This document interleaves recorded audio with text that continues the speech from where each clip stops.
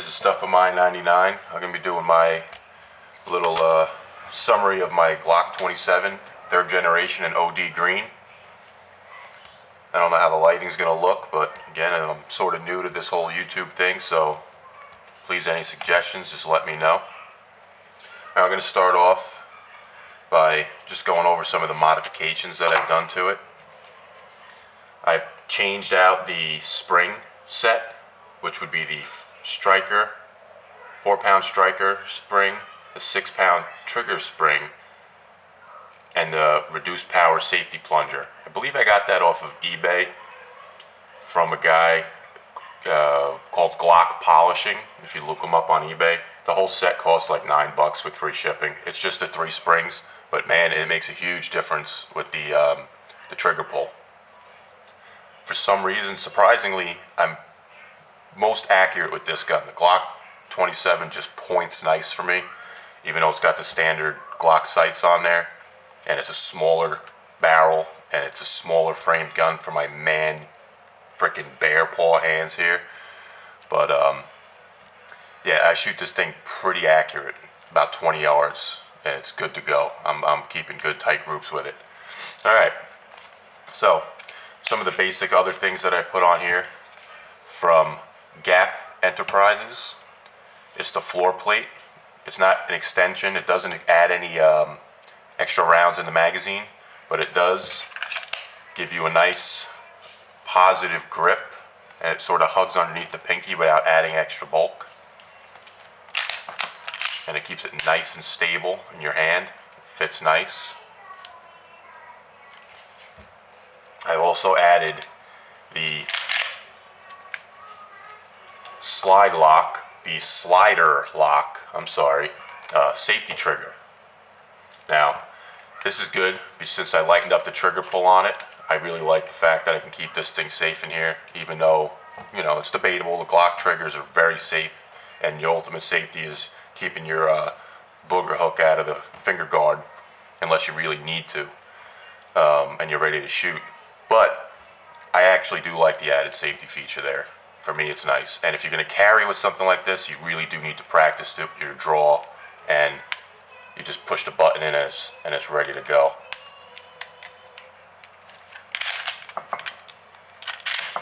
So if you draw your weapon, you draw it out, you push that detent in, and it's ready to go. Otherwise, it's not going anywhere.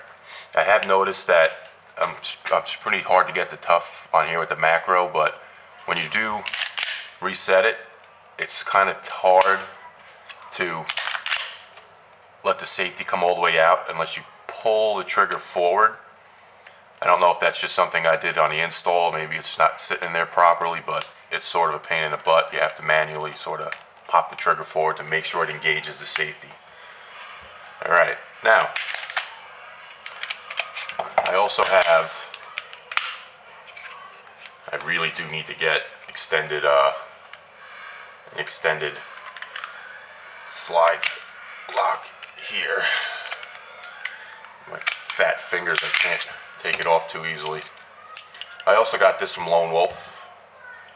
It's the multiple spring 3-piece set.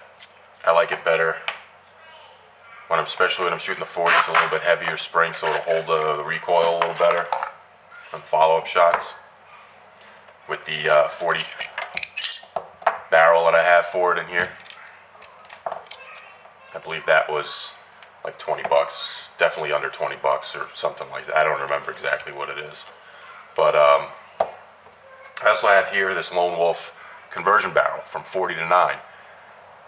I have shot probably 500-600 rounds of 9mm through this, various different types, from remanufactured bulk with brass to the cheapest Dick's Sporting Goods. I think it's Ultramax or something like that, with the lead ball, and they don't even seat properly. They're just like, they don't sit properly in the casings, those bullets. This would have failure to ejects with those occasionally, but again, that was the cheapest crap ammo that you could find, and I would probably never buy it again just for that reason. It ran okay in all my other guns, but I would never buy it again. It's not worth buying it. It's just really shit. This is the factory spring. It's a little lighter, which is why I like to use it with the 9 when I use the conversion. But when I'm shooting a 40, I like to use this spring set here. It's a really good spring. I also drew a little line here in my rear sight to help me line up my sights quick with a really quick sight acquisition. I drew a little line straight down the middle of the field goal there in the back, and it just makes like a little lollipop when you try to make your dot on your sight. I also put, I don't know how well this is coming in. I'm going to do a separate review on this stuff at another point, but this is really good product called Bright Sights, and all it is you mix the paints up. You got your green paint and your glow paint, you mix them up, and you put it on there with like a toothpick or one of these little bamboo shoot things that they got here. And believe it or not, those things work really well. And when they stop working, all you have to do is take it off and put on some more paint. So it's a really economical way to get all your guns to have a nice night sight. And even in the daytime, it's better. It looks nice with the green. It's nice and pops. It pops really nicely. That's pretty much it with this. I mean, this is all the stuff I've done with it. And there's tons of other videos out there on YouTube on how to take this whole thing apart and add the spring kits and all those other things. I'm going to also annotate underneath the comments of the video links to all the parts that I got for it. And they're really good, reasonable things to get. You can pretty much get these for any size Glock, any kind of component that you have here, whether it's the exchange, caliber exchange barrel. You can get different spring sets, different triggers. Glocks are just a crazy gun. You can do anything you want with them, really. You can use them for any application, from defense to sport to just target shooting, and you can get crazy with these things. But anyway, that's my Glock 27 in the OD green, Generation 3. Love this Glock. They don't make it anymore. If I did get another Glock, I'd like to get one maybe in the Glock 22 in an OD green as well, Gen 3. But I'm going to have to find that on a used market just to match up with this one. And maybe put this trigger in there and keep this one the stock. I don't know. But I like this trigger. It's the safety trigger. If you guys have any questions or any comments on that, just ask. I'll let you know how I installed it. But there's tons of videos on YouTube on that. For me, I just like the extra safety in there. That's just me personally, especially now that I have a really light trigger pull. It's like, it just breaks. It's so sweet. This is my most accurate gun. And again, look at the size of the barrel. So again, thanks a lot. Have a good one, guys.